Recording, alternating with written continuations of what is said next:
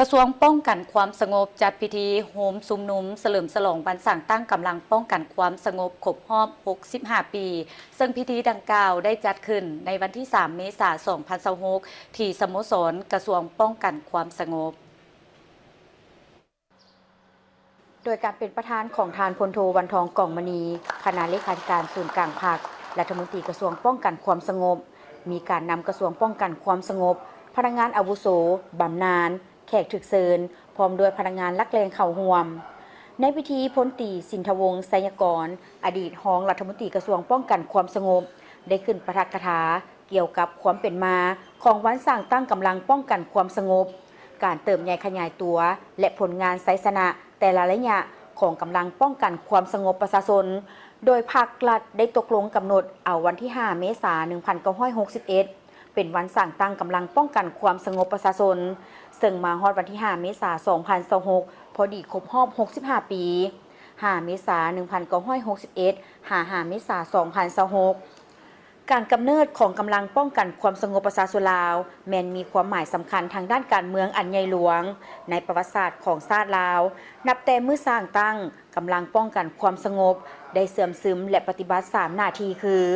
ตำรวจต้องฮู้เฮ็ดเวียกงานก่อสร้างรากฐานการเมืองและพัฒนาชนบทตำรวจต้องฮู้เฮ็ดเวียกงานสืบข่าวกำสภาพการตำรวจต้องฮู้กฎหมายภายในและต่างประเทศพร้อมเดียวกันนั้นกำลังปกส.ยังได้เคลื่อนไหวป้องกันฝึกแอบหำเฮียนปรับปรุงกำลังเพิ่มพูนผลิตผลหาเลี้ยงกุ้มตนเองด้วยการสร้างพลาธิการกับทีทั้งขนขวยก่อสร้างหักฐานซึ่งได้รับความหักแพงอุ้มสู้ช่วยเหลือจากประชาชนบรรดาเผ่าตลอดมา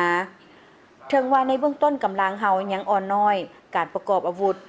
พาหนะล้าสมัยระดับเทคนิควิทยาศาสตร์บ่ทันสูงแต่ย้อนความเฮียกห้องต้องการของประเทศชาติกำลังปกส.ได้เด็ดเดียวเสริมขยายน้ำใจหักชาติหักความเป็นเอกราชและพื้นแผ่นดินอันอุดมหังมีของตนบ่ยอมเป็นข่อยค่าให้แก่ชาติอื่นได้พร้อมกับกองทัพประชาชนบรรดาเผ่าต่อสู้ต้านการหุกหานของจักรพรรดิภายนอกและลูกแรงตีนมือขายชาติตลอด 65 ปีแห่งการกำเนิดและเติบใหญ่ขยายตัวของกำลังปกส.ภายใต้การนำพาของภาคประชาชนปฏิบัติลาวแม่นประวัติศาสตร์แห่งการทดสอบอันใหญ่หลวงในการต่อสู้อันยืดเยื้อยาวนานเพื่อญาติเอาความเป็นเอกราชแห่งชาติตลอดระยะทางอันละเอียดละเอียวยุ่งยากลำบากที่สุดแต่ก็เปรียบล้นไปด้วยผลงานและไสสนะอันสง่าราศี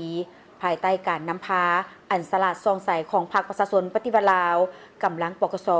ได้สามัคคีเป็นจิตหนึ่งใจเดียวในการปฏิบัติหน้าที่การเมืองทั้งประสานสู่หบอย่างพิราศหาญออกแห่งปรับปรุง